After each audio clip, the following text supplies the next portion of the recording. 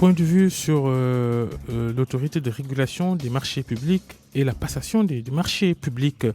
Plusieurs entités de l'administration à la tête desquelles les ministères et autres directions générales de société nationale s'offusquent des lenteurs qui empêchent l'exécution de programmes et autres projets. Dernière protestation en date, l'affaire de la réfection de la baie de Han avec l'Office national de l'assainissement du Sénégal, dont le directeur général était l'invité d'RFM Matin aujourd'hui. Ils veulent que les choses soient revues pour que les choses avance. Lamine Samb, bonjour. Vous êtes membre du bureau exécutif national du Forum civil. Vous êtes juriste, enseignant, chercheur. Merci de participer à Point de vue aujourd'hui. Merci, bonjour.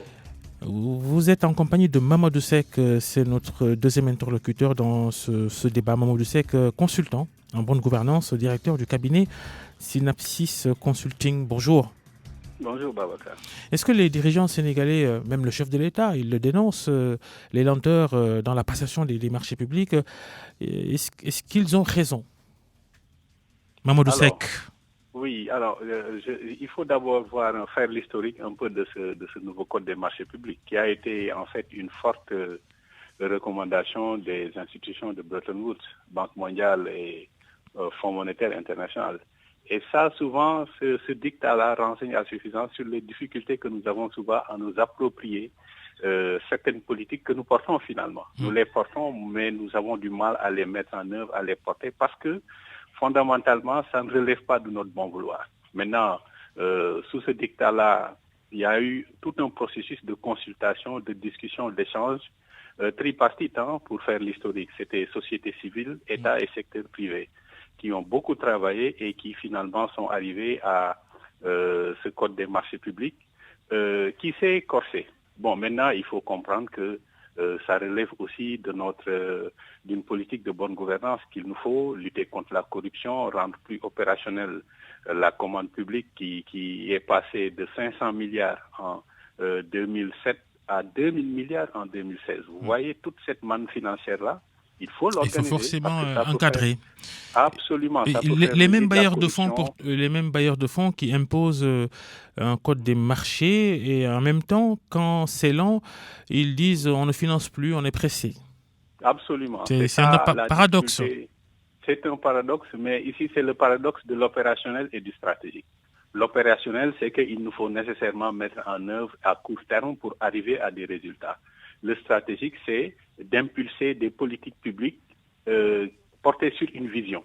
C'est la bonne gouvernance. Et on est souvent face à cette dichotomie, à ce paradoxe-là. Et le Code des marchés publics en est la parfaite illustration.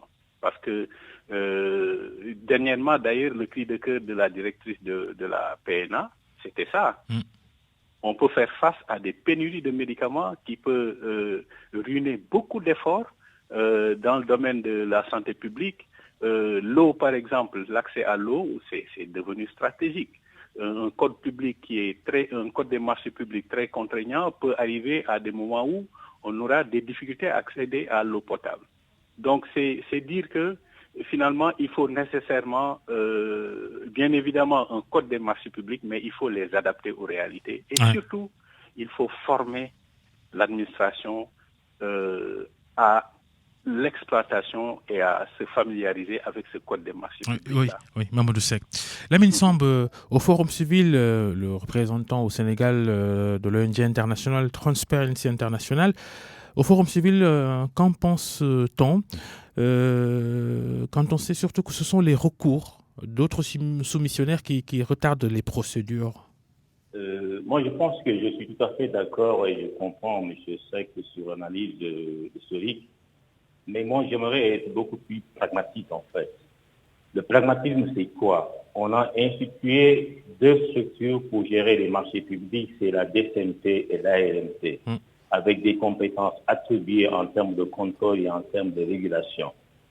Aujourd'hui, dire que le Code des marchés publics ou la réglementation de manière générale assise sur le Code des marchés publics est une contrainte pour les pouvoirs publics sénégalais, notamment les structures contractantes, me semble relever plutôt d'une perception que d'une réalité. Quelle est la réalité? Attention, on a entendu ici les problèmes d'approvisionnement en médicaments avec la PNA. Non, Ça, c'est du concret. Je m'explique, je vous donne du concret. Le dernier rapport de l'ARNP, le rapport 2017, démontre que la capacité d'absorption des crédits en 2016 était de 98%. En 2018, cette capacité d'absorption des crédits des administrations centrales au Sénégal est de 99%. Donc, aujourd'hui... Vous voulez nous dire qu'on a tous une fausse impression de l'affaire? C'est une perception qui n'est pas traduite par la réalité des chiffres.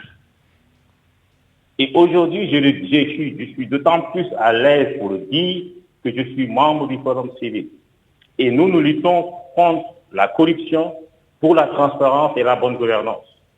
Lorsqu'il s'agit de dépenser des deniers publics, il y a un minimum de procédures à respecter. Et dans le Code des marchés publics, si les autorités contractantes suivent deux instruments qui permettent d'assurer cette efficacité, c'est quoi? C'est le plan de passation des marchés publics prévu par l'article 6 du Code et l'avis général de passation des marchés publics qui sont des instruments de planification. C'est le premier point. Le second point, les autorités contractantes également doivent investir dans le personnel pour créer un corps, une masse suffisamment critique de personnes sachantes pour être des experts dans la commande publique. Parce que confier les deniers publics appelle des procédures, mais ici, il faut également que des hommes et des femmes qui sont en capacité de conduire ces procédures. Et c'est ça aujourd'hui l'enjeu. Quand aujourd'hui, j'entends souvent également on critique le code des marchés publics ou bien les corps de contrôle. Ici, il s'agit, à mon humble avis, en tant que quelqu'un qui travaille dans la formation sur des acteurs de la commande publique au niveau de l'autorité de régulation des marchés publics. Aujourd'hui, la formation, il faut mettre le cursus sur la formation des autorités contractantes, des acteurs du secteur privé et des acteurs de la société. Alors, on sait tous qu'il y a des enjeux aujourd'hui de plus de 2 000 milliards de francs CFA, le chiffre de la commande publique, 2 500 milliards en 2020. Alors, on parle plus peut-être de corser les conditions de soumissionner au marché, parce que ce sont les recours qui souvent, on le répète, qui posent problème. C'est ce que vous disiez tout à l'heure, n'est-ce pas, Mamoudou Seck? Lamine Samba, on revient à vous dans une seconde. Mamoudou Seck, c'est ça, c'est le sujet qui mérite peut-être approfondissement, réflexion, les conditions de soumissionner un marché. Oui, alors, je voudrais d'abord préciser que je ne suis nullement contre le code et l'existence de toutes ces institutions qui encadrent, pour avoir été le directeur exécutif du Forum civil et avoir contribué aussi dans les débats à la base en 2006, 2007 et 2008. Donc, je ne peux nullement être à la base de ça et être contre le code des marchés publics ou travailler à son assouplissement. Alors, ceci dit, j'ai parlé plutôt du personnel. Comme vous le dites, comme le dit M. Momon, co-débatteur, le personnel doit être formé. Je suis d'accord qu'il faut renforcer, bien évidemment, aussi la ressource humaine qu'il y a autour pour rendre plus opérationnel et plus performant. Maintenant aussi, il faut se dire qu'il y a des réalités. Quand la directrice du PNA vient pour faire un cri de cœur, mais ça, c'est une réalité que nous vivons. Ce n'est pas une perception, c'est une réalité. Comment travailler à faciliter ces procédures-là? Ce n'est pas pour dire qu'il faut aller en porte-à-faux avec le code, mais au moins trouver des solutions puisque les textes sont faits pour être appliqués et pour nous aider à être plus opérationnels. On a tellement compris votre argumentaire, on peut résumer, humaniser entre guillemets les choses. Lamine Samba, on termine avec vous, 10 secondes, sur ces urgences parfois qui attendent alors que le code des marchés, il a ses rigueurs. En 10 secondes, qu'est-ce qu'il faut faire? Ce qu'il faut faire, c'est qu'au niveau de chaque autorité contractante, concevoir un plan d'action annuel pour permettant aux structures anticiper sur la commande, sur la planification. C'est la planification des achats publics. Bien. Et cette planification va de pair avec des personnes compétentes, avec des ressources disponibles, une organisation administrative efficace, transparente, pour garantir la traçabilité et la transparence dans la gestion des affaires. Lamine Sambo, membre du bureau exécutif national du Forum civil, merci. Merci également à Mahmoud Doucek, consultant en bonne gouvernance, ancien membre d'ailleurs du Forum civil.